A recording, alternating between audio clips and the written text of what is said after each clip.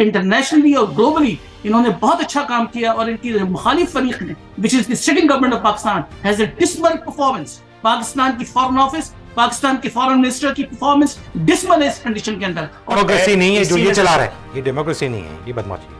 इसी तरह का लल्लू पंजू किस्म का इलेक्शन अगर कभी हुआ तो होगा। अभी पिछली दफा का वाकया मैं बस कोट करना चाहूँगा कि हमारे डिप्टी स्पीकर साहब 650 वोट के साथ जीते थे और उन्होंने इसी तरह अपना सारा टेन्योर गुजार दिया। अगर कोई इंडिपेंडेंट राय या कोई इंडिपेंडेंट एक्शन लिया जाए तो उसके रिपरकशंस ग्लोबली बहुत होंगे और उसके रिपरकशंस यूएस कांग्रेस के अंदर और कई और यूरोपियन यूनियन के अंदर एक पाकिस्तान के ऊपर सैंक्शंस की सूरत में हो सकते हैं। और अगर रियल टाइम में आप किसी की कॉल इंटरसेप्ट करते हैं, वो दहशतगर्दी के वाक़े की प्लानिंग कर रहा है, तो आप क्या इंतजार करेंगे कि जहाँ तक नज़र दौड़ाते हैं जमहूरियत की ये शक्ल नज़र नहीं आती। अब आप ये देख लें, और हम जहाँ तक नजर दौड़ाते हैं हमें जमहूरियत नजर नहीं आती। क्या जा सकता था? यू हिट द बुल्स आई। आपने बड़ा सही पॉइंट उठाया है। पाकिस्तान की जो कैबिनेट जो पर्क्स एंड प्रिविलेजेस ले रही है उसका कोई किरदार हमें नजर नहीं आया। इसलिए ये आपके $250 बिलियन का जो कर्जा है ना, ये कर्जा ही नहीं है। मैं तो उसको मानता ही नहीं, हर फॉरम पे कहता हूँ there is no date on Pakistan. तो ग्राउंड रियलिटी ये है कि पाकिस्तान की जो कौम है ना, वो डेमोक्रेसी वर्ड की जो डेफिनेशन है उसको अंडरस्टैंड करने को तैयार नहीं है। इकोनॉमी के ये मुल्क चलेगा कैसे कि आप 11 महीने से नाक रगड़ रहे हैं IMF के सामने $1 अरब 10 करोड़ के लिए। अस्सलामुअलैकुम, आप देख रहे हैं प्रोग्राम मुनीर अहमद के साथ। आज सुप्रीम कोर्ट में एक और बहुत ही अहम समाअत हुई और आज सुप्रीम कोर्ट की अब तक की समाअत में सूरत हाल ये समझ आई है कि खान साहब को अदालत में बुला लिया गया और खान साहब की सुप्रीम कोर्ट में तलबी के हवाले से अभी अहकाम जारी हो चुके हैं और ऐन मुमकिन है कि कुछ ही देर में खान साहब अदालत में पहुंच जाएंगे। इसके बाद की सूरत हाल क्या होगी ये यकीनी तौर पर आपको वक्तन फवक्तन अपडेट रखेंगे। लेकिन सबसे बड़ी जो अहम पेशरफ्त हुई आज की समाअत में वो सुप्रीम कोर्ट की जानिब से खान साहब की गिरफ्तारी को गैर कानूनी अमल करार दिया गया है। इसके ऊपर सुप्रीम कोर्ट के आगे के मामला क्या होंगे और एक और सबसे बड़ी अहम बात कि खान साहब की इस गिरफ्तारी से पाकिस्तान में तो इसके असरात यकीनी तौर पर हुए, लेकिन इसके अलावा इंटरनेशनली बहुत सारे इसकी खबरें बनी और पाकिस्तानी वो जो समुद्र पार पाकिस्तानी है उनके हवाले से भी काफी ज्यादा तशवीश पाई जाती है कि पाकिस्तान में से हो क्या रहा है। इसके हवाले से गुफ्तगू करने के लिए हमारे साथ ज्वाइन करें डॉक्टर गुलाम मुस्तफा साहब, directly from USA, chairman Pakistan policy institute के, और साथ में हमें ज्वाइन करें जनाब मुकीम अहमद साहब, सीनियर जर्नलिस्ट हैं UK से हमें ज्वाइन करें, और स्टूडियोज में हमारे साथ इस वक्त मौजूद हैं जनाब वहीद पंजवानी साहब, सीनियर बिजनेस लीडर हैं, और इनसे भी जानने की कोशिश करेंगे क्योंकि इस वक्त ये जो तमाम तर कैओस है इसके पीछे की एक बहुत बड़ी वजह पाकिस्तान की माशी सूरत हाल भी है। पाकिस्तान माशी तौर पर इस दलदल से कैसे निकल सकता है और ये जो सूरत हाल है पाकिस्तान में बदअमनी की, गैर यकीनी की, इस सूरत हाल में अगर जल्दी कोई पेशरफ ना हुई तो फिर आगे क्या होगा, इसी हवाले से गुफ्तगू करेंगे। डॉक्टर साहब अस्सलाम वालेकुम। वालेकुम अस्सलाम। डॉक्टर साहब, आप इस वक्त US में बैठे हैं और यकीनी तौर पे हर पाकिस्तानी जो इस वक्त पाकिस्तान से दूर है, पाकिस्तान के हालात और वाकयात के हवाले से परेशान होगा। क्या कैफियत है और ये जो कुछ इस वक्त पाकिस्तान में हो रहा है इंटरनेशनली इसको किस अंदाज से प्रेजेंट किया जा रहा है? मोदी साहब, आज का ये टॉपिक जो आपने बिलखुसूस सुप्रीम कोर्ट के रेफरेंस से और पाकिस्तान की अदालती कशमकश और जो कानूनी तरीक़ेकार और जिस तरह से अवामी रिस्पॉन्स, ये सारी चीजें अगर मिक्सअप कर दी जाएं तो पाकिस्तान इस वक्त बड़े क्रिटिकल सिचुएशन से गुजर रहा है and this is defining moment of Pakistan history.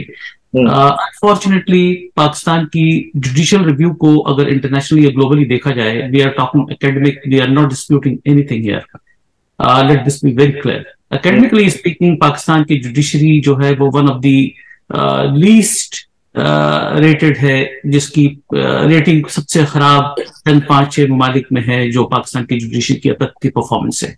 53,000 pending cases Pakistan की सुप्रीम कोर्ट के अंदर हैं और किसी केस का कोई फैसला प्रॉपर नहीं हो पा रहा।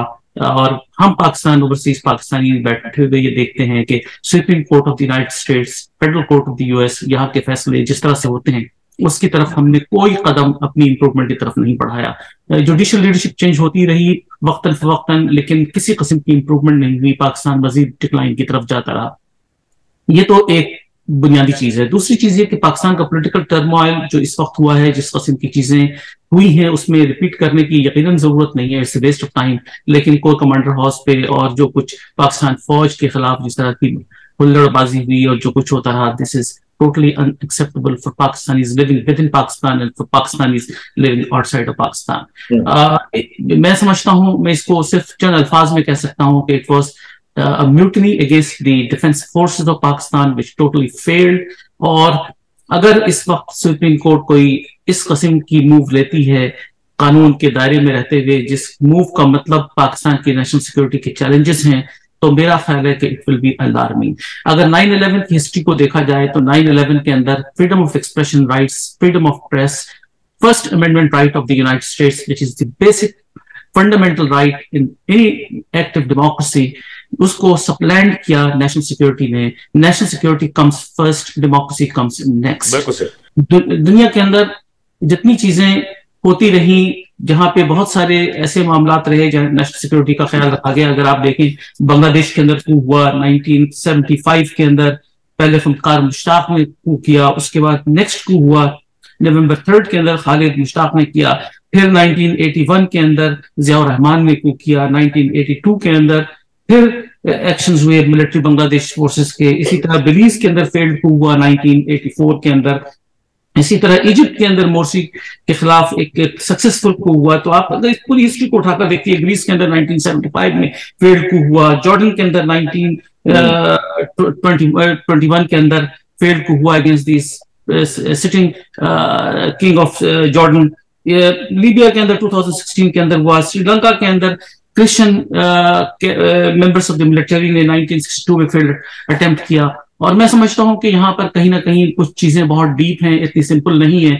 जितनी नजर आ रही हैं, और इन चीजों के अंदर बड़ी नेशनल सिक्योरिटी इन्वॉल्व है। हम उन चीजों के अंदर बिल्कुल जाना पसंद नहीं करेंगे, लेकिन ये जरूर कहेंगे कि पाकिस्तान की national security is being jeopardized by the actions that is taking place on the streets of Pakistan. Pakistan को बाहर बैठे हुए जो यहाँ पर यूएस कांग्रेस है, यहाँ पर स्टेट डिपार्टमेंट है, उसने बड़ा clear message US state department ने दिया है कि पाकिस्तान के डोमेस्टिक अफेयर्स के अंदर US is not going to involve, this is going in consonance to the democratic process of Pakistan is an emerging democracy, Pakistan is a nascent democracy। इसके अंदर ये सब चीजें हम एक्सपेक्ट करते हैं, लेकिन जुडिशरी को अपना रोल बड़ा इंपॉर्टेंट अदा करना होगा। ये बहुत अहम पॉइंट डॉक्टर साहब आपने रेज किया, और मैं मुकीम साहब आपसे भी इस हवाले से गुफ्तगू करना चाहूंगा कि हमने एक रिएक्शन देखा, यूके में भी बड़ी तादाद में लोग निकले, और यूके में मुकीम जो पाकिस्तानी है वो भी इस हवाले से काफी ज्यादा परेशान है, क्योंकि इस वक्त पाकिस्तान में बहुत से ऐसे इलाके हैं वहां पे लोगों से रब्ता करना मुश्किल हो रहा है, और क्योंकि इंटरनेट सर्विस भी उस तरीके से एक्टिव नहीं है, और फिर मोबाइल फोन सर्विसेज भी उस अंदाज से काम नहीं कर रही है। तो क्या इस वक्त यूके में आप जब मौजूद हैं तो क्या रिएक्शन है वहां पे पाकिस्तानियों का?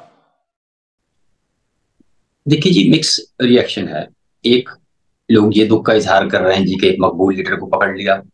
दूसरी जानिब हम बतौर सहाफ़ी और सहाफ़त के तालिब इल्म के जिस डायलेमा से गुजर रहे हैं, उसका अंदाज़ा कम लोगों को होगा कि हमें मीडिया पर्सन होते हुए वो अप्रोच कर रहे हैं, प्रोग्राम में बुलाते हैं, जब वो सवाल करते हैं तो हमें समझ नहीं आ रही होती कि हम इसका डिफेंस कैसे करेंगे।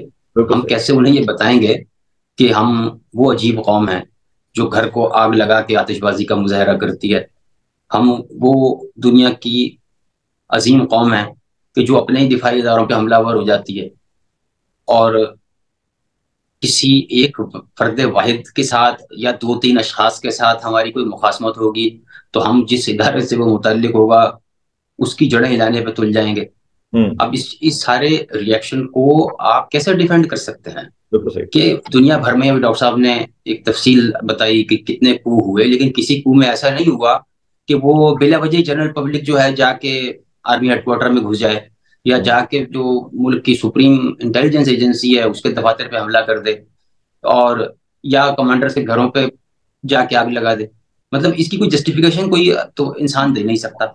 और एक बदनुमा दाग लग गया हमारे ऊपर कि वो जिस अखबार को आप उठाते हैं वो यही कालक हमारे मुंह पे पोतने के लिए बैठा हुआ है। आप जिस स्क्रीन पे देखेंगे तो वही वो झलकियां दिखा रहे होते हैं।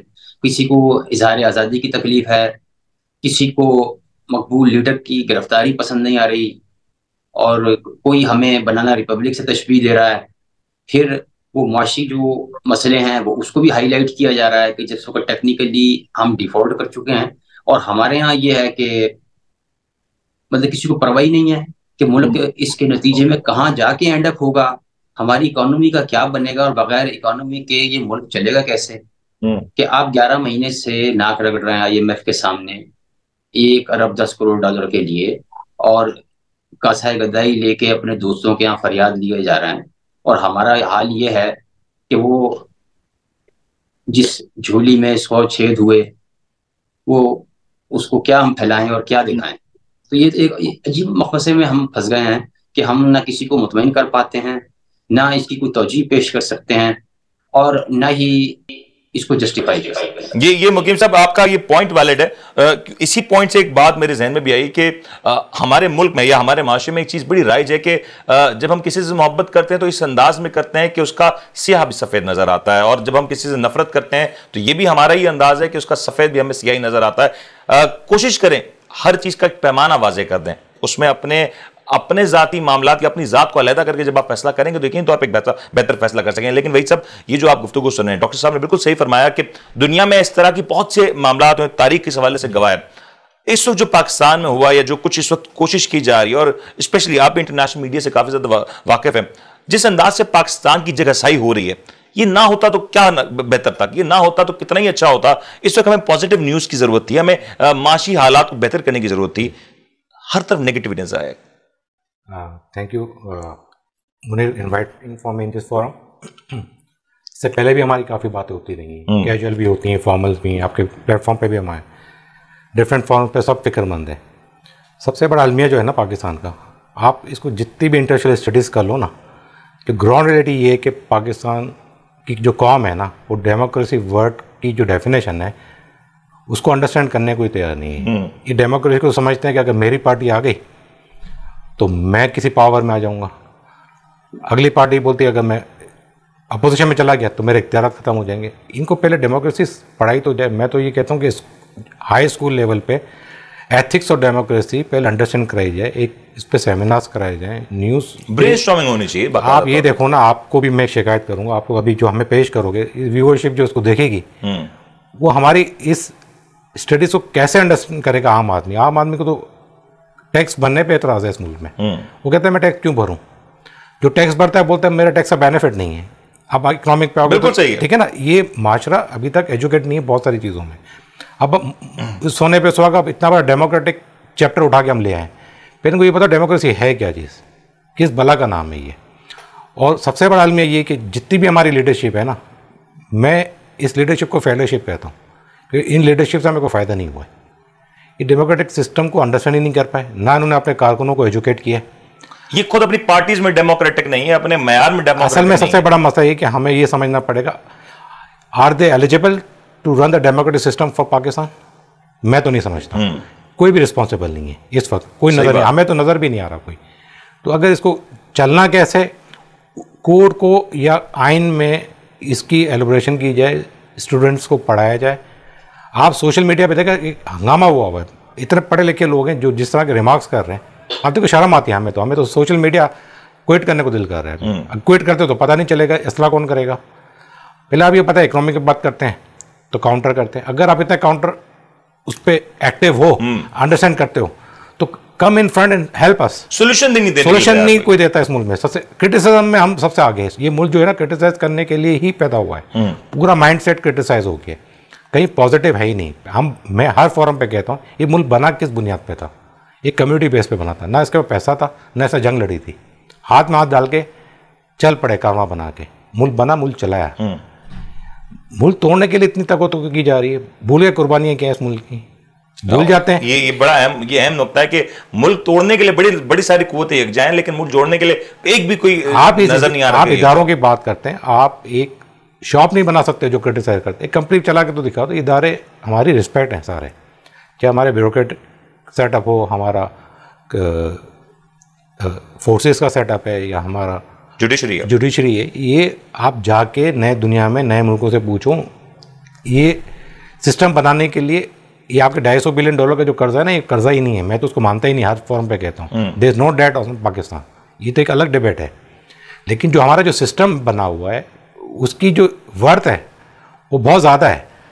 अब मसला ये है कि हर आदमी बोलता है मैं अपनी मर्ज़ी की नमाज़ पढ़ूँ, मेरी मर्ज़ी की मस्जिद हो, मेरे डायरेक्शन अलग हो, ये मुमकिन नहीं होता। ये बड़ा इंपॉर्टेंट पॉइंट है भाई, मैं इसकी तरफ आता हूँ आपकी तरफ। लेकिन डॉक्टर साहब ये जो इस वक्त ये बिल्कुल सही गुफ्तगू है कि इस वक्त हम एज ए नेशन यूनाइट नहीं हो पा रहे। हमने अपने आप को इतना तकसीम और तकसीम दर तकसीम कर दिया कि अब हमें सही और गलत की तमीज भी नजर नहीं आती। और मैं इस बात की अपॉर्चुनिटी लूंगा कि जो कुछ हुआ, जो कुछ हो सकता था उससे कई ज्यादा वर्स्ट हो सकता था, लेकिन हमारी जो रिस्पॉन्सिबल फोर्सेज हैं उन्होंने जो एक्शन किया वो बड़ा लिमिटेड था, कैलकुलेटेड था।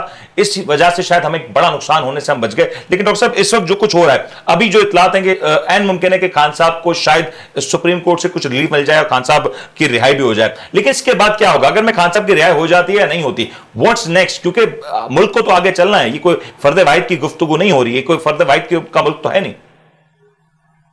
देखिए मुनीर साहब, दो तीन चीजें हमें बड़ी जहन में क्लियर रखनी चाहिए, और अभी पॉइंट आउट आपके डिस्कशन के अंदर दोनों पार्टिसिपेंट्स ने किया है। डेमोक्रेसी की डेफिनेशन और इसकी फाउंडेशन क्या है। इससे पहले कि हम डेमोक्रेसी को डिस्कस करें, अभी जो टर्मोइल पाकिस्तान के अंदर क्रिएट हुआ है, इसके टारगेट्स क्या हैं? लेट अस फाइंड आउट कि जो पाकिस्तान की पॉलिटिकल फोर्सेस वायलेंस की तरफ जा रही हैं, which is not political in nature, which is not democratic in nature, why violence is prevailing in Pakistan. Yes, it is true कि पाकिस्तान की आर्म फोर्सेस ने रिस्ट्रेंट जाहिर किया है, और अगर आर्म फोर्सेस रिस्ट्रेंट नहीं करती और गोलियां चला देती तो ये मामला कहीं से कहीं चले जाते। पाकिस्तान की आर्म फोर्सेस को we salute the arm forces for showing restraint under the circumstances that prevailed in Pakistan. जिस तरह की वायलेंस वर्दी के खिलाफ की गई है, ये अनएक्सेप्टेबल एट एनी फोरम। दुनिया की कोई कंट्री इस चीज को बर्दाश्त नहीं कर सकती कि यूनिफॉर्म फोर्सेस के खिलाफ आप हाथ उठाए, और सिर्फ हाथ ही नहीं, डंडे उठाए गए, उनकी गाड़ियों को चलाया गया, कोर कमांडर के घर के अंदर घुसा गया। ये सब चीजें क्राइम के जुमरे में आती हैं। A crime has been committed, और ये तमाम फुटप्रिंट्स मौजूद हैं, इनकी तमाम की तमाम वीडियोस मौजूद हैं कि कौन लोग इन्वॉल्व थे। They deserve an exemplary punishment. Number 2, इसका टारगेट क्या था और इसके पीछे कौन से हाथ और कौन से महरिकात थे? इसका टारगेट क्या ये था कि किसी को हुकूमत में तब्दील करके लाना था? तो दिस इज नॉट मेथड कि बाय फोर्स या through use of terrorist activities in Pakistan government can be change. Absolutely not. दुनिया की कोई भी डेमोक्रेसी ऐसी चीज को तस्लीम करने को तैयार नहीं है जिसके अंदर आप फोर्स के जरिए, पार्लियामेंट से हटकर उसको डेमोक्रेसी कहें और फोर्स के जरिए आप हुकूमत चेंज करने की कोशिश करें। This It should be taken strong notice by the judiciary of Pakistan. अगर पाकिस्तान की जुडिशरी ने इस चीज को आज नजर में नहीं डाला और इसका इजहार नहीं किया कि पाकिस्तान के अंदर जो सुल्तान हुई है, this is not acceptable under law. Doctor साहब, मैं कथा कलाम भी करूंगा। आज वो मौजूद जज साहबान, जस्टिस अजहर साहब ने रिमार्क्स भी दिए हैं कि इमरान खान को कहेंगे कि अपने फॉलोअर्स को कहें कि सरकारी अवामी अमलाक को नुकसान ना पहुंचाएं। तो जुडिशरी ने तो इन अ वे इसको एड्रेस भी कर दिया। लेकिन एक सवाल मेरा डॉक्टर साहब आपसे भी ये रहेगा, डॉक्टर साहब एक सवाल भी रहेगा कि जब हम देखते हैं कि किसी पाकिस्तान के मिजाज को देखते हुए तो किसी पार्टी के सरबराह को, एक पॉपुलर लीडर की मैं बात करूं, अगर उनको उसको अरेस्ट किया जाता है तो टियर 2 या टियर 3 में वो लीडरशिप मौजूद नहीं होती जो अवाम को गाइड कर सके। मौलवी साहब, मैं जुडिशरी से ये पूछने का हक रखता हूं कि ये बताया जाए कि पॉपुलैरिटी की डेफिनेशन क्या है। कराची के अंदर लोकल बॉडीज इलेक्शन अभी रिसेंट हुए हैं, उसके बाद कोई इलेक्शन नहीं हुआ। कराची के लोकल बॉडीज इलेक्शन के अंदर पाकिस्तान की पॉलिटिकल फोर्सेस ने not more than 12% vote secure किया है। उस 12% के अंदर सिर्फ 4% वोट पाकिस्तान तहरीक इंसाफ ने लिया है। इस 4% रिप्रेजेंटेटिव ऑफ पॉपुलैरिटी इन पाकिस्तान? क्या इसकी डेफिनेशन है? इसको आप पॉपुलैरिटी कह रहे हैं? This is totally unacceptable. Sir, मैं मुबैना तौर पे बात कर रहा हूं। आपका पॉइंट ठीक है डॉक्टर साहब, आई टोटली एग्री कि पॉपुलैरिटी चंद हजार लोग या चंद लाख या चंद करोड़ लोगों में या सोसाइटी के एक सेगमेंट में आप मकबूल हैं। पॉपुलैरिटी कोई भी पॉपुलैरिटी, मैं कहूंगा कि कोई भी पॉपुलैरिटी मुल्क से बड़ी नहीं होती। लेकिन यह भी तो सवाल है कि जब इस तरह का इकदाम किया जाता है तो कंटीजेंसीज तैयार की जाती हैं। गवर्नमेंट ने वो फेलियर तो किया ना कि गवर्नमेंट, वजीर आजम मुल्क में नहीं है, आपके मेजर स्टेक होल्डर्स इस वक्त मुल्क में नहीं है, फॉरेन मिनिस्टर मुल्क से बाहर थे, वो एक अहम दौरे पे थे और एक इतना बड़ा एक्शन हुआ, इसके लिए शायद गवर्नमेंट तैयार भी नहीं थी। तो शायद ये इसको बेहतर अंदाज में टैकल किया जा सकता था। You hit the bull's eye. आपने बड़ा सही पॉइंट उठाया। पाकिस्तान की जो कैबिनेट जो पर्क्स एंड प्रिविलेजेस ले रही है उसका कोई किरदार हमें नजर नहीं आया इस पूरे और सारी ब्रंट जो है इसकी फेस की पाकिस्तान की आर्म फोर्सेस ने। मैं ये पूछना चाहता हूं कि वो जो पर्क्स ऑफ प्रिविलेजेस ले रहे हैं, जो बुलेट प्रूफ गाड़ियों पे घूमते हैं, उन्होंने वॉशिंगटन के अंदर, कैपिटल के अंदर परसेप्शन पे क्या रोल अदा किया? हम तनहा रोल अदा करते रहे। हमने तनहा पाकिस्तान पाकिस्तान की केस को यूएस कांग्रेस में फेस किया। हमने तनहा पाकिस्तान की केस को स्टेट डिपार्टमेंट में फेस किया। पाकिस्तान के वो मिनिस्टर्स जिस काम के लिए बैठे हुए उनका क्या किरदार है? और आपने ये बिल्कुल राइटली मेंशन किया, this is a very alarming situation कि पाकिस्तान के इन फेडरल मिनिस्टर्स का कोई किरदार नहीं है सिवाय दांत दिखाने के। डॉक्टर साहब, एक और छोटा शरारतन सवाल पूछ सकता हूं कि ये जो कुछ किया गया in a way, do you think it was kind of a plan के मुल्क में एक ऐसी सिचुएशन क्रिएट की जाए जहां पे मुल्क इस नहज पे पहुंचे और ये ऑप्टिक्स क्रिएट हो। पाकिस्तान की पॉलिटिक्स में ऑप्टिक्स की बड़ी अहमियत है और ये ऑप्टिक्स किसी ने या किसी की ख्वाहिश पे जरूर क्रिएट किए गए होंगे, वरना आप भी समझते हैं एक आम पब्लिक, एक आम पाकिस्तानी जीएचक्यू के गेट के पास से गुजरते हुए भी सैल्यूट करता है, वो इतनी आसानी से इस गेट को पार नहीं करता। तो कोई ना कोई तो है ना जिसने इस तमाम चीज को स्टेज किया है। मुनीर साहब, again you brought right point. आप ये बताइए कि जो वीडियो क्लिप्स लंदन से चल रही हैं और जो एक रिटायर्ड फौजी वहां से बयान दे रहा है और जिस तरह लोगों को उकसा रहा है और जिस तरह वीपीएन सर्विस लिंक की गई है इंटरनेट की कि अगर इंटरनेट बंद हो जाए तो इस रास्ते से आपको ओवरसीज से ये मैसेजेस मिलेंगे, ये क्या पाकिस्तान के अदारों ने पकड़ा नहीं है? Yes, they caught this information, they have got this information. जिस वक्त जुडिशरी का काम ये है कि five of the chief justice of Pakistan, I will ask what security breach has been done in the entire case. And वजीर दाखिला responsible है इस तमाम तरह एक्टिविटी के। जो कुछ हो रहा था इसको वजीर दाखिला की जिम्मेदारी थी। जब उन्होंने ऑर्डर्स दिए, जब उन्होंने इस बात का तयन किया कि रेंजर्स एक्शन करेगी, तो वजीर दाखिला को रिस्पॉन्सिबल होना चाहिए था कि कोई इस तरह का रिप्रिकॉशन हो सकता है, उसके लिए तैयार होना चाहिए। आज जहां पे आवाम जिम्मेदार है या वो लोग जो इस कार्रवाई में मुलविस है वो जिम्मेदार है, तो वजीर दाखिला भी इक्वली रिस्पॉन्सिबल हैं। उनका काम महज टेलीविजन पे आके बयानात देना नहीं है, इंश्योर करना है कि पाकिस्तान की सिक्योरिटी को किस अंदाज से लेकर चलना चाहिए। डॉक्टर साहब मैं आपकी तरफ, लेकिन वही साहब ये जो पॉइंट है बड़ा राइट पॉइंट है। डॉक्टर साहब ये कह रहे हैं कि कंटीजेंसीज नहीं क्रिएट की गई। हमारे यहाँ पॉलिटिशियंस या माजत के साथ एक बड़ा तबका है जो पर्क्स एंड प्रिविलेजेस ले रहा है लेकिन काम नहीं कर रहा। मुझे अगेन मैं वही कहूंगा, इनको डेमोक्रेसी, आप किसी मेडिकल स्टोर वाले से दवाई ले लेते हो, एंटीबायोटिक मिल तो जाती है, मिल तो जाती है, आप लेते हो? पाकिस्तान में मिल जाती है लेकिन जहां पर वहां पे नहीं मिलती। लेकिन यहाँ की बात हो रही है, मैं यहीं की बात कर रहा हूँ, यहाँ मिल जाती है ना। हाँ। आप लेते हो? नहीं। क्यों? Because is not the right person. तो आपने पूरा मुल्क इनको दे दिया, फार्मासिस्ट को। ये जो फार्मेसी जो लड़के, किसने दिया? मैंने तो नहीं दिया ना। हम नहीं दिया, पब्लिक ने दिया। They are not eligible to run the democracy. Sir who is eligible? हमें आना पड़ेगा, आगे ढूंढना पड़ेगा। इस वक्त जो स्ट्रक्चर है ना, ऑल फेलियर। मैं नहीं मानूंगा किसी को भी। आप मुझसे 10 दफा पूछोगे, मैं 10 दफा इनको डिस्काउंट करूंगा। कोई भी नहीं है इनमें से एलिजिबल। देखो नहीं है, कोई भी नहीं। आप मान लो, आपके खिलाफत मेरे हमेशा रहेंगे इस बात से, लेकिन डेमोक्रेसी होनी चाहिए। ये डेमोक्रेसी नहीं है जो ये चला रहा है, ये डेमोक्रेसी नहीं है, ये बदमाशी है। आपको भी पता है, मुझे भी पता है। ऑल बदमाशी अंडर डेमोक्रेसी। ये तो international under the ambit of democracy. ये तो इंटरनेशनल कोर्ट में हम एक पब्लिक फोरम बना के इन पे केस कर देना चाहिए। हमारी कोर्ट भी दबी हुई है इनसे, हमारी फोर्सेस को भी ये दबा रहे हैं, हर चीज को दबा। ये प्रेशराइज तो कर रहे हैं, एस्टैब्लिशमेंट को कर रहे हैं। और ये बदमाशी का एक इन्होंने सर्टिफिकेट ले लिया। डेमोक्रेसी नहीं है, आप समझे इस बात को। आप नहीं बोलेंगे, मुल्क पे जुल्म होगा। और अगर आप अभी रेफरेंडम करा लो, आपको 98% में वोट डलवा देता हूँ। हाँ, ये बात बिल्कुल सही है। ये बदमाशी का रोल।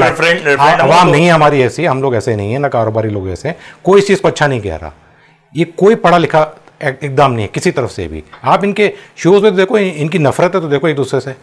सर ये अक्सर नफरतें शोज में होती हैं, शोज के बाद नहीं होती। सर नफरतें पैदा हो गई हैं, इस तरह की नफरतें। ये अच्छा है कि हमारी कौम इसको अडॉप्ट नहीं कर रही। जिन्होंने कर लिया है वो काफी है इनके लिए, लेकिन वो भी एक जनरेशन तबाह कर रही है लोग। ये कहाँ ले जा रहे हैं मुझे? ये बड़ा हमारे यूथ तबाह कर दिया। ये बड़ा इंपॉर्टेंट पॉइंट है। लेकिन मुकीम साहब, अब यू कमिंग फ्रॉम यूके, आपको यूके की डेमोक्रेसी तो दुनिया भर में मशहूर है। मतलब वो जो डेमोक्रेसी है और आज पाकिस्तान की जो डेमोक्रेसी या जो नाम नेहाद डेमोक्रेसी, इसमें हुकूमत इलेक्शंस कराने के लिए तैयार ना हो, ऐसी मिसालें भी नहीं मिलती।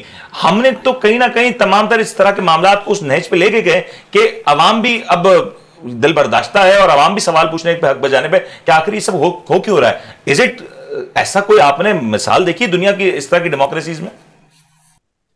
भाई हम तो जहां तक नजर दौड़ाते हैं जमहूरियत की ये शक्ल नजर नहीं आती। अब आप ये देख लें, और हम जहां तक नजर दौड़ाते हैं हमें जमहूरियत नजर नहीं आती। हाँ जी, ये देखिए, आपने इदारों की बात की तो मुझे एक अभी जहन में ये बात आई कि इस वक्त अब ये ऑडियो टेप्स चल रही हैं, ये क्लिप्स वायरल हो रहे हैं, उस पर मीडिया टॉक्स हो रही कि फलां ने ये कहा कि कोर कमांडर के घर जाओ, फलां ने कहा कि आग लगा दो। 21 एजेंसियां और कानून नाफिज करने वाले इदारे अगर उन्होंने ये कॉल्स इंटरसेप्ट कर ली थी तो मुझे ये बताएं कि उन्होंने उस पर क्या रद्द अमल का इजहार किया, उन्होंने क्या कार्रवाई की इसको रोकने के लिए। हम तो टीवी पे ये देख रहे हैं कि मतलब वो ये वैलिड पॉइंट है आपका मुकीम साहब। आप बता रहे हैं कि तुम्हारी रिकॉर्डिंग थी, फलां ने ये कहा था, तो भाई उस वक्त ये तो रियल टाइम में इसको कॉर्डन ऑफ कर देना चाहिए था कि ये किस तरीके से हो गया कि निहत्ते आदमी कोर कमांडर के घर में चले जाएं। यहाँ हमारी हालत ये है कि हम तो थाने के मोहर से बगैर वजह के और बगैर किसी ताल्लुक के मुलाकात नहीं कर सकते। सही। तो ये इस किस्म की जो है चीज होना, ये एक बहुत बड़ा अलमिया है और इस तरह नहीं होना चाहिए था। ये भी एक बहुत बड़ा लैप्स मुझे नजर आ रहा है, और इसकी भी बड़ी मुकीम साहब इसमें वजारत दाखिला का कितना बड़ा किरदार है? ये सवाल लोग नहीं कर रहे, नजरअंदाज हो गया, ये शायद ओवरलुक हो गया। वजारत दाखिला, मैं राणा सलमान साहब फौरन से टेलीविजन स्क्रीन पर मौजूद थे, उस वक्त टेलीविजन स्क्रीन से ज्यादा जरूरत इस बात की नहीं थी कि हालात पता था, ये कोई ढक्की छुपी बात नहीं थी कि हालात बिगड़ेंगे। हमने देखा है मोहतरमा के हवाले से जब हुआ था, हमने माजी में सुप्रीम कोर्ट पे हमले भी देखे हैं, हमने बहुत कुछ देखा है इस मुल्क ने। सर, सब जानते हुए भी अगर एक प्रोटेक्शन कवर नहीं लिया गया तो ये तो जिम्मेदारी थी ना वजारत दाखिला की। You can not allow criminals और a mob to do whatever they want to do. देखिए, और फिर वो आजकल हर जगह सीसीटीवी कैमरे लगे हुए हैं। जिस जगह पर कोर कमांडर का घर है उसके इर्द गिर्द बड़े बड़े अच्छे सिक्योरिटी सिस्टम्स हैं, और जीएचक्यू के इर्द गिर्द तो सवाल ही पैदा नहीं होता कि कोई हिफाजती तदाबीर अख्तियार ना की गई हों। ये मैं इनको कोई छूट नहीं दे रहा हूं हमला करने वालों को, मैं कतई नहीं, बिल्कुल भी नहीं, not at all. I want them to be punished, लेकिन एट द सेम टाइम कि ये जो सिक्योरिटी के इदारे क्या कर रहे थे and what was there duty. और अगर रियल टाइम में आप किसी की कॉल इंटरसेप्ट करते हैं, वो दहशतगर्दी के वाक़े की प्लानिंग कर रहा है, तो आप क्या इंतजार करेंगे कि वो आके अपना काम पूरा करके तसल्ली से बगदाद पहुंच जाए, उसके बाद फिर हम टीवी पे आ जाएंगे मूंछों को ताव देते हुए कि जनाब ये तो हमने कॉल इंटरसेप्ट की है, फलां आदमी फलां के साथ गुफ्तगू कर रहा था। तो मुकीम साहब, मैं इसको लेवरेज दे देता हूं, मैं लेवरेज दे देता हूं कि हो सकता है ये इंटरसेप्ट होके कुछ देर बाद तक मिली हो, और लेकिन ये तो एक्सपेक्टेड था ना कि जो कुछ हो रहा है ये एक्सपेक्टेड था, तो ये तो होगा नहीं। जब वो आप इंटरसेप्ट हुई तो किसी ने सुनी होगी, किसी ने रिकॉर्ड की होगी, किसी ने आगे भेजी होगी। यार इस पे तो ऐसे मौके के ऊपर तो आप अलर्ट्स होते हैं, फ्लैग्स होते हैं। नहीं, तो यूएसए भी फेल है। और ये अब जो मार्च कर रहे हैं, जो ये अपना वो फ्लैग मार्च हो रहा है और फलाना हो रहा है, इसका क्या फायदा? जब चिड़ियां चुग गई खेत तो उसके बाद फिर रोने पीटने का क्या फायदा? लेकिन मुकीम साहब, ये जो मुझे एक चीज बता दें, ये बड़ा इंपॉर्टेंट है, मैं चाहूंगा इसके ऊपर जरूर आप कमेंट कर दें कि ये जो कुछ हुआ, इंटरनेशनल मीडिया इसको किस अंदाज से देख रहा है और किस अंदाज से रिपोर्ट हो रहा है, ये जरा इसको क्विकली बता दें अगर आप हमें। सर, वो हमारी यानी जन्म कर्म की ऐसी तैसी हो रही है, माफ कीजिएगा, कि वो इस तरीके से हमें दुनिया के सामने बरनावार रक्स करवा रहे हैं जिसका हिसाब नहीं है। बस मैं बहुत ये बड़ा इंपॉर्टेंट है। डॉक्टर साहब, मैं चाहूंगा इसके ऊपर आप भी कमेंट करें, क्योंकि मैं वे फॉरवर्ड की बात कर रहा हूं। सब देख लिया, बहुत कुछ हो गया, बहुत कुछ बात हाथ से निकल गई। कहते हैं ना पंजाब में, हुन गल वध गई मुख्तारिया। अब क्या होगा डॉक्टर साहब? देखिए मोदी साहब, एक पॉइंट मेरा ख्याल है हम डिस्कशन में मिस कर रहे हैं। जी जी जी। पाकिस्तान की एस्टेब्लिशमेंट के ऊपर सबसे बड़ा बोझ इस बात का है, जो आपको समझना पड़ेगा अगर आप भी प्राइम मिनिस्टर या पाकिस्तान की आर्मी के सरबराह होते या DGISI और DGMI होते। सबसे बड़ा जो प्रेशर है वो ये है कि जो ओवरसीज के अंदर लॉबी ग्रुप्स पे पैसे खर्च किए जा रहे हैं पाकिस्तान की परसेप्शन को खराब करने के लिए, उसका काउंटर मेजर पाकिस्तान की सिटिंग गवर्नमेंट क्या ले रही है। इनको ये खतरा रहता है कि अगर कोई बहुत स्ट्रिक्ट एक्शन ले लिया गया और जुडिशरी ने या किसी ने बायस्ड रोल, पार्टिजन रोल अदा कर दिया और कोई इस तरह का फैसला कर दिया, तो जुडिशरी के इस फैसले या पार्टिजन फैसले, मैं एकेडमिक बात कर रहा हूं, I am not talking about this judiciary, partisan फैसले के खिलाफ अगर कोई इंडिपेंडेंट राय या कोई इंडिपेंडेंट एक्शन लिया जाए तो उसके रिपरकशंस ग्लोबली बहुत होंगे, और उसके रिपरकशंस यूएस कांग्रेस के अंदर और कई और यूरोपियन यूनियन के अंदर एक पाकिस्तान के ऊपर सैंक्शंस की सूरत में हो सकते हैं। ये आप बहुत वैलिड पॉइंट है, और स्पेशली जब IMF का मामला है। बहुत गौर से सुनिएगा जो बात मैं आपसे कहने जा रहा हूं, क्योंकि इसको मैं डील कर रहा हूं। मैं अमेरिकन फॉरेन अफेयर्स कमेटी के चेयरमैन कांग्रेस के उसका स्पेशल ऑनवॉय इन पाकिस्तान हूं। I am telling you something very sensitive on this issue. और अगर आपने इसके अंदर जरा सी गलती की, आपको पता है कि पाकिस्तान तहरीक इंसाफ 3 लॉबिस्ट के साथ अमेरिका में काम कर रही है, millions of dollars are being spent allegedly, और इस सिचुएशन के अंदर पाकिस्तान के पास काउंटर मेजर करने के लिए पाकिस्तान की एम्बेसी, पाकिस्तान की फॉरेन ऑफिस का कोई किरदार नजर नहीं आ रहा है दूर दूर तक। इस सिचुएशन में आप अगर ये उम्मीद करते हैं कि पाकिस्तान की आर्म फोर्सेस या पाकिस्तान की इंटेलिजेंस एजेंसीज कोई स्ट्रॉन्ग एग्रेसिव स्ट्रोक खेल सकती हैं, नो, उनके पास वीडियो क्लिप्स मौजूद हैं। Unless those video clips go through the process of law, unless कि उसकी DNA चेक ना कर ली जाए, अनलेस कि उसकी से उसको वैलिडेट ना कर दिया जाए, उसकी बुनियाद पे एक्शन इस तरह नहीं लिया जा सकता है, क्योंकि इस वक्त इंटरनेशनली और ग्लोबली इन्होंने बहुत अच्छा काम किया और इनकी मुखालिफ फरीक ने, which is the sitting government of Pakistan, has a dismal performance. Pakistan की फॉरेन ऑफिस, पाकिस्तान के फॉरेन मिनिस्टर की परफॉर्मेंस डिसमल है इस कंडीशन के अंदर, और इनके स्ट्रोक्स बहुत एग्रेसिव चल रहे हैं। इसको हमने डील करने का कोई कॉन्टिजेंसी प्लान नहीं रखा। It is not the Pakistan establishment, it is the problem of the sitting government कि उन्होंने कौन से इसके खिलाफ मेजर्स लिए हैं वो हमें बताए जाए। डॉक्टर साहब, ये आपका पॉइंट बड़ा वैलिड है, मैं आप ही की तरफ आ रहा हूं। डॉक्टर साहब, आपका पॉइंट बड़ा वैलिड है। मैं इसके अंदर एक और पॉइंट बोलूंगा। जी जी जी, आप चाहता हूं कि सारी एक्टिविटी का जो टारगेट है, क्या पावर को हासिल करना है? यस। क्या इस चीज को हाईलाइट किया गया है? क्या दुनिया को यह बताया गया है कि पाकिस्तान के अंदर ये जंग इस बात की हो रही है कि एक आदमी 38 या 28 कॉन्स्टिट्यूंसी से इलेक्शन लड़ना चाहता है और हर सीट से जीतना चाहता है, उसके बाद फिर रिजाइन करना चाहता है, फिर इलेक्शन करवाना चाहता है, फिर रिजाइन करना चाहता है, और ये पाकिस्तान की धज्जियां उड़ रही है पाकिस्तान की इकोनॉमी की at this time when Pakistan is running after the IMF, when Pakistan is running after the world bank. Why is this burden put on Pakistani shoulders? जहां पे आप एक बार इलेक्शन लड़ते हैं 28 सीटों पर, दूसरी बार इलेक्शन लड़ते हैं 19 सीटों पर। डॉक्टर साहब, लेकिन ये तो आईनी मसला है ना, आपने बिल्कुल दुरुस्त कहा, आपकी बात दुरुस्त है, लेकिन डॉक्टर साहब माजरत क्या, हमारे कॉन्स्टिट्यूशनल एक्सपर्ट्स ने इस हवाले से कभी कोई काम नहीं किया। हमने यही देखा कि कभी नैब को सही कर लो, कभी अपने बेनिफिट के कानून बना लो, कभी अपनी करप्शन की बात कर लो। पाकिस्तान के कानून और आइन को जिस अंदाज से रीमॉड्यूल होना था वो तो नहीं हुआ, और गलती हुई और लकुनाज मौजूद है। बड़ी बातें पाकिस्तान के अंदर कर रही है। Why judiciary is not putting a step on this time? Sir, जो आपकी बात है ग्राउंड रियलिटी इज डिफरेंट हो रही है, ग्राउंड रियलिटी डिफरेंट है, बिल्कुल। आप वहां बैठ के जरूर आप बात कर रहे हो, आपकी रिजर्वेशन सही है, but the ground reality is not same. Pakistan में आगे आप भी देखें, मैं अगेन कह रहा हूँ, this is not democratic way, the democratic party is running the Pakistan. पहले तो हमें ये डिफाइन करना पड़ेगा, आर दे डेमोक्रेटिक? नो, ये वही है नीमकी में सारे। आपने इनके हाथ में डेमोक्रेसी सिस्टम क्यों दिया? इनको कसूर मेरा और आपका मुनीर? खेलेंगे वो बंदर को आपने दे दिया खेलने के लिए। मैं इतनी एडवांस बात करने मुनीर मैं नहीं बैठा हूं। यहाँ मसला पाकिस्तान का ग्राउंड रियलिटी का है। आम आदमी इतना एजुकेट नहीं है। मैं माजरत के साथ आपके शो में बैठा हूँ, मैं ग्राउंड रियलिटी पे बात करूंगा। हम रोज यहाँ बैठ के फेस कर रहे हैं।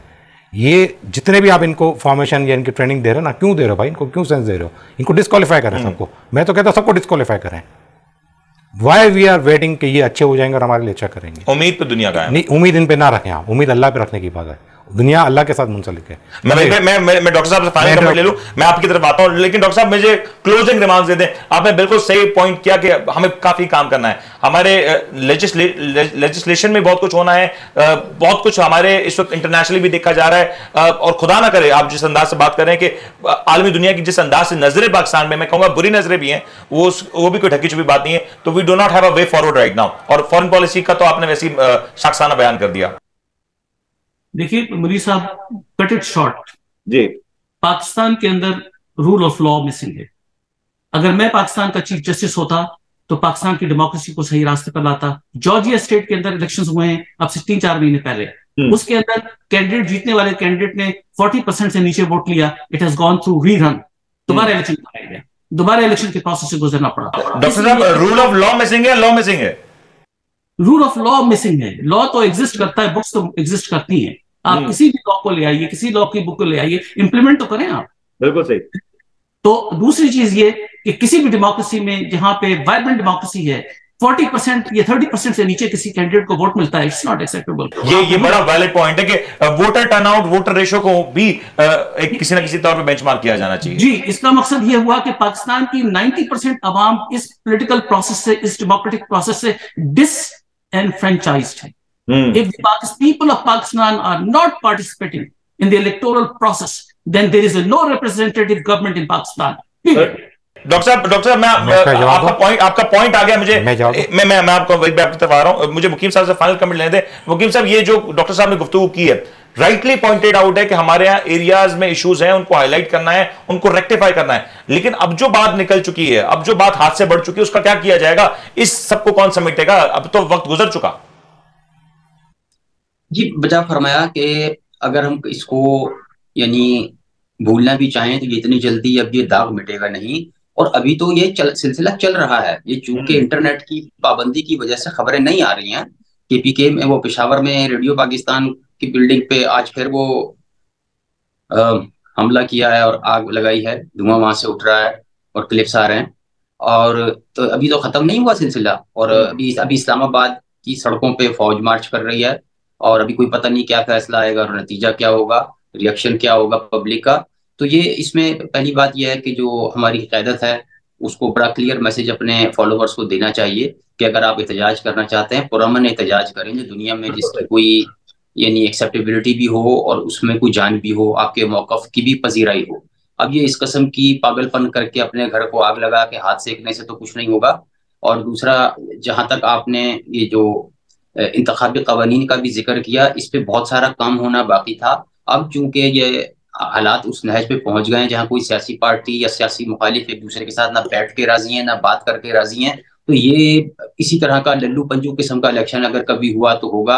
अब ये पिछली दफा का वाकया मैं बस कोट करना चाहूंगा कि हमारे डिप्टी स्पीकर साहब 650 वोट के साथ जीते थे और उन्होंने इसी तरह अपना सारा टेन्योर गुजार दिया। तो जॉर्जिया वालों को ये भी बताइएगा डॉक्टर साहब कि ऐसी मिसाल भी हमारे पास। बिल्कुल, बहुत जी डॉक्टर साहब, फाइनल लास्ट सेगमेंट एक बात ऐड कर देता हूं। First amendment right of the United states constitution allows peaceful assembly, petition to the government for redressed grievances. कोई चीज जो बाय फोर्स वायलेंस की तरफ जाती हो comes under the laws of Criminal Act, and this is not allowed in the First Amendment right of the United States Constitution. ये मेरा message है यूएस कांग्रेस को और यूरोपियन यूनियन को कि इसके अंदर पाकिस्तान के किसी मामले के अंदर जहां पर लॉ वायलेट हो रहा हो और क्राइम कमिट हो रहा हो, वहां पे we are not going to interfere into the domestic affairs of sir. बहुत बहुत शुक्रिया, आपका पॉइंट आ गया, बड़ा वैलिड पॉइंट है भाई साहब, आपने गुफ्तगू भी सुन ली। मैं चाहूंगा कि इसको अगर आप समराइज कर सकें, क्योंकि ये बड़ा अहम मसला है। सही इश्यूज आपने हाईलाइट किए। मैं देख रहा हूं कि पाकिस्तान में जो सिस्टम ऑफ फेलियर की बहुत बड़ी वजह है कि वोटर टर्नआउट नहीं है, और वोटर जो निकलता भी है वो किस अंदाज से निकलता है वो भी नहीं।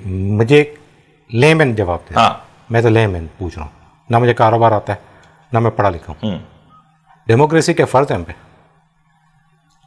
मुझे सिर्फ इस बात का सारे जवाब दे दो। लाजमी हम पे डेमोक्रेसी रखना, हम पे लाजमी से पाकिस्तान को रखना है और इस्लाम को रखना। नहीं, आप डेमोक्रेसी का जवाब दें मुझे। मैं सिंपल वर्ड सर मैंने जवाब एज अ पाकिस्तानी लेमैन पूछ रहा हूं। सर मेरे लिए इस्लाम और पाकिस्तान जरूरी है, इसके बाद जो भी सिस्टम है हम इस डेमोक्रेसी पे क्यों एक्सरसाइज कर रहे हैं? कोई आपके वोट देख लें, वो ओपन रेफरेंडम है, पीपल डोंट लाइक देम। आपके वोट का टर्न अराउंड जो है ना वो आपका रेफरेंडम है, कोई और नहीं डालता। क्या प्रेसिडेंट मैं ये नहीं कह रहा हूँ, जिसको जो यहाँ की सो कॉल्ड डेमोक्रेसी है ना, या तो इसकी शक्ल बदल दें। नहीं, हमें पहले बताया तो जाए है क्या, तो हम इनको फॉलो करें। बताया जाता है ना, एक प्लेट बिरयानी और वोट। नहीं सर, ये वो तो आप गरीब को ना मारे ना, गरीब के साथ मजाक ना करें। मैं जनरल बात कर, बिल्कुल सही, आपका पॉइंट वैलिड है। मैं तो शहर की बात करता हूँ। यहाँ कौन बिरयानी खाता है, यहाँ कौन हलीम खाता है? कोई नहीं खाता। मेरा से सवाल है, ये डेमोक्रेसी का जो हम पे वाजिब फराइज के साथ इतना अहकाम बताए जा रहे हैं, इज इट राइट कि हमें जरूरी है इस सिस्टम को चलाना? मैं सिर्फ इतना सवाल कर रहा हूँ। मेरा आखिरी सवाल का जवाब है, हमें 30 सेकंड, लास्ट 30 सेकंड्स। ये आईएमएफ की तलवार एक बार फिर से लटक रही है। हमें एक पेमेंट है हमारे पास पेंडिंग है इस वक्त, जो जून में होनी है। इन दिस सिचुएशन के इस वक्त पता ही नहीं कि क्या हो रहा है, क्या होगा, कौन होगा कौन ना होगा। आप फिर क्या करेंगे? प्रीवियस प्रोग्राम पे ले जा रहे हो सर। मुझे 30 सेकंड लास्ट जवाब। मैं 5 सेकंड में पूछता हूँ जी। आईएमएफ के वो ड्यूज किस चीज के अगेंस्ट है? वो आईएमएफ के डील्स के हैं, वो पेपर पब्लिक क्यों नहीं होते? उम्मीद करते हैं आपको आज का प्रोग्राम पसंद आएगा। अपने मेजबान मुनमुन को इजाजत दीजिए, अपना बहुत बहुत ख्याल रखिए और उम्मीद करते हैं आज की रात पाकिस्तान में वो कुछ ना होगा जो कल तक होता रहा। और जिस अंदाज से आज के प्रोग्राम काफी सारे सवाल उठाए गए, उम्मीद करते हैं तमाम सवाल के जवाब मुझे भी मिले और आपको मिले। अपना ख्याल रखिएगा। अल्लाह हाफ़िज़।